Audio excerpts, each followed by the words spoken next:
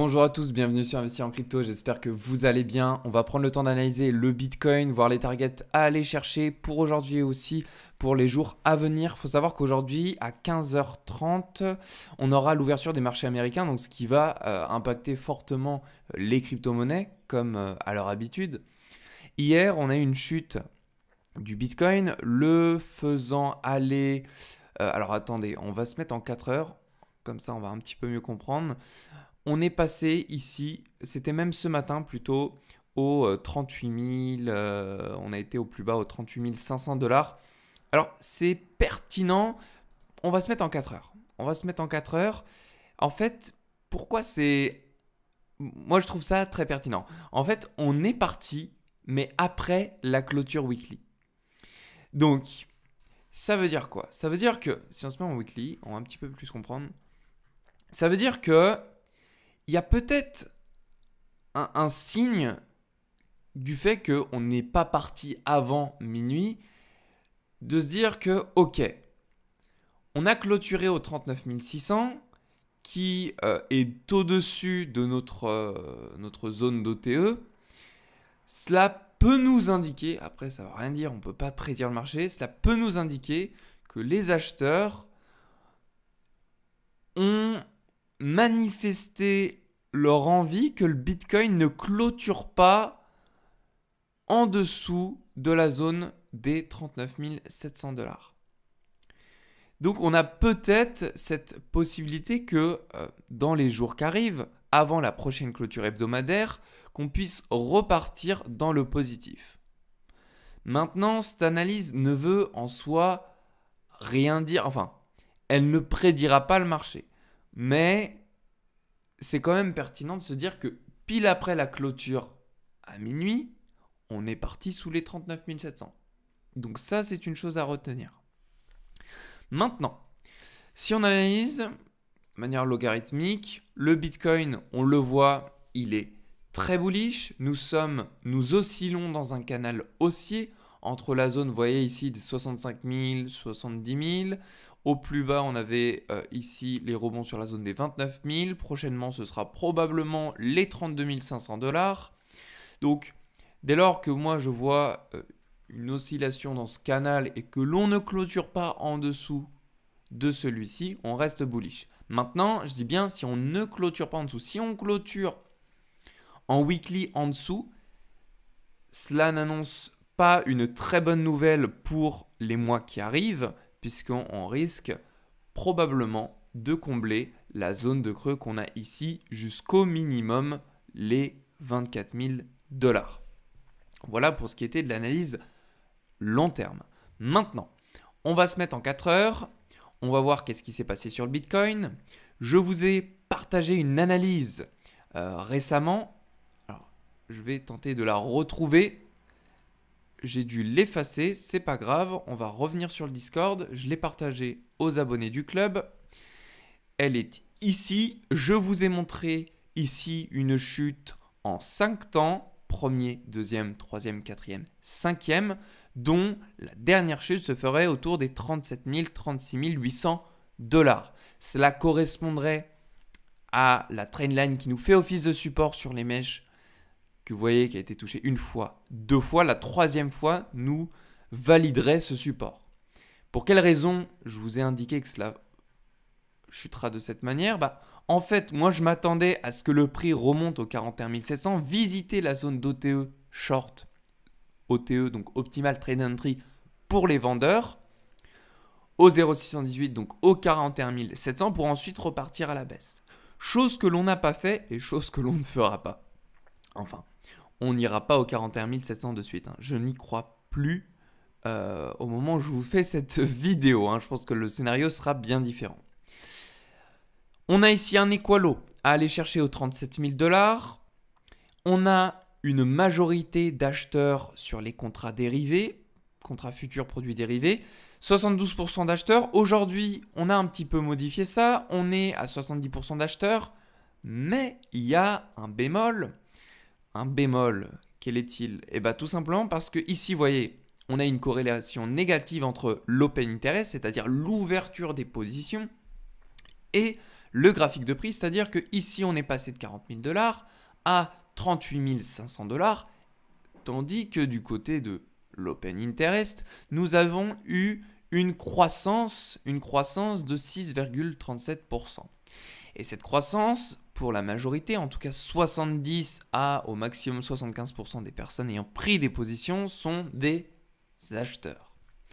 Donc, le prix, que peut-il faire? Quelle est la déduction? Quelle chose peut-on déduire de tout ça? Eh bien, on peut dire que le prix va continuer à baisser, à descendre.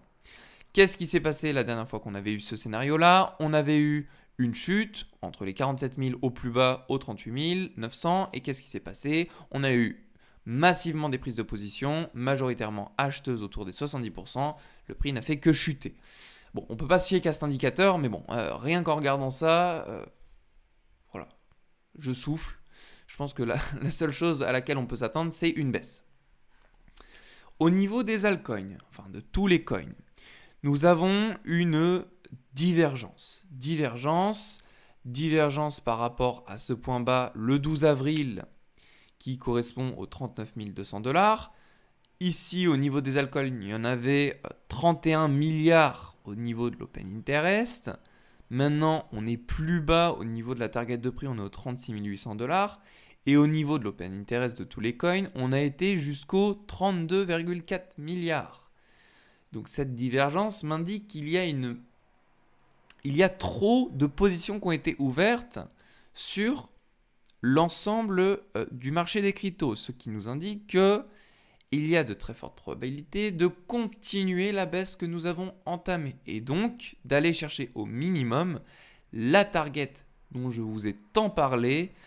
Alors on va se mettre sur le graphique où je vous l'ai dessiné, ici les 36 800 $.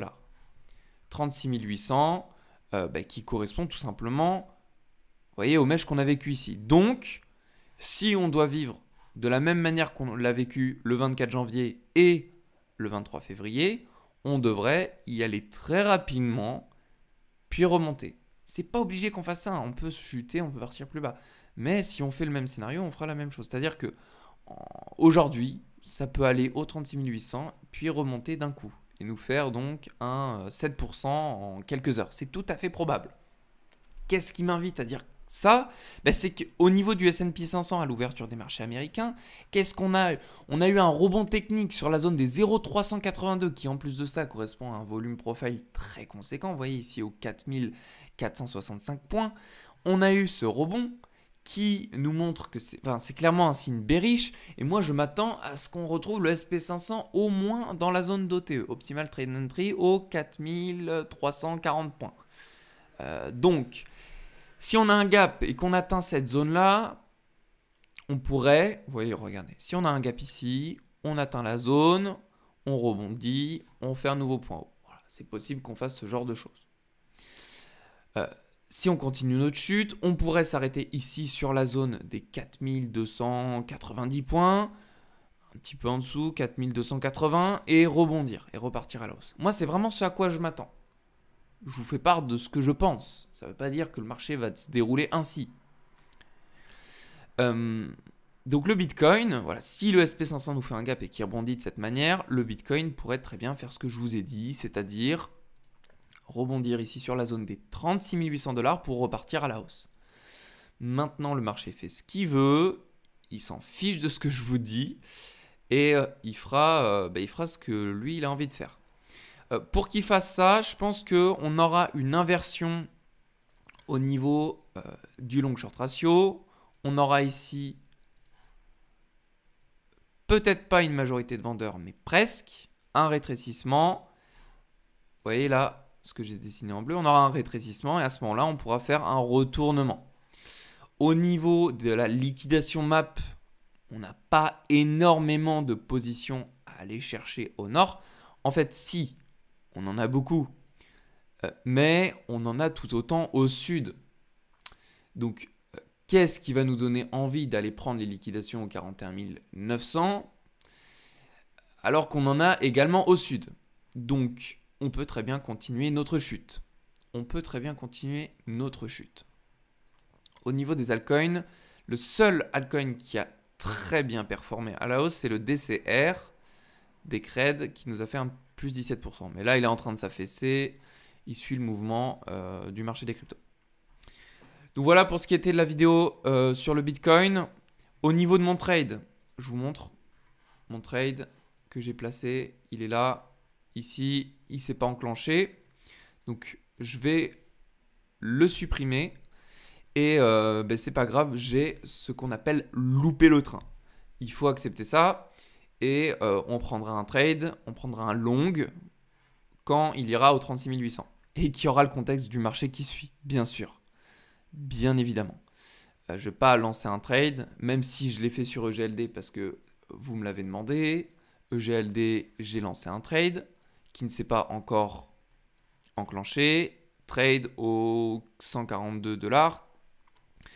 Je l'ai mis parce qu'il m'a été demandé, mais en vrai, la vérité, c'est que j'aurais clairement attendu un contexte du marché. Enfin, ce que j'appelle un contexte du marché, c'est avoir ici un rétrécissement au niveau du long short ratio, au niveau des options, voilà, peut-être plus de personnes à liquider, parce que là, 160 millions, bon...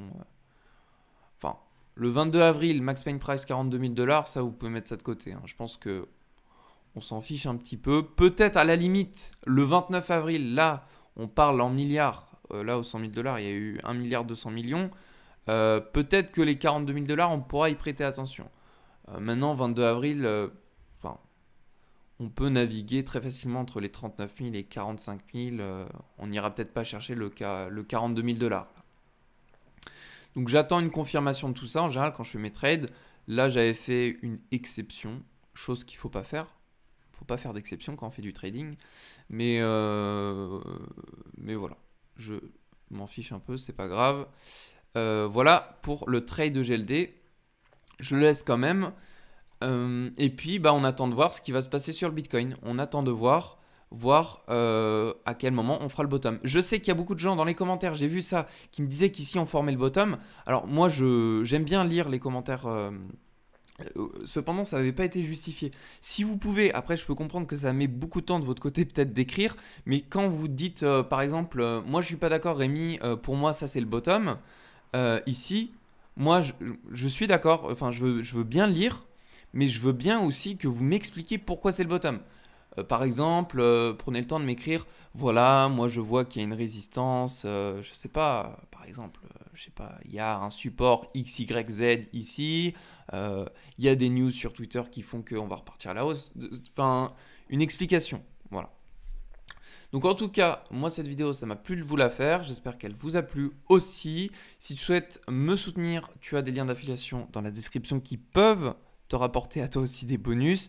Bybit, Swissborg, Trade Republic, TradingView, et tu as les plateformes d'exchange que j'utilise.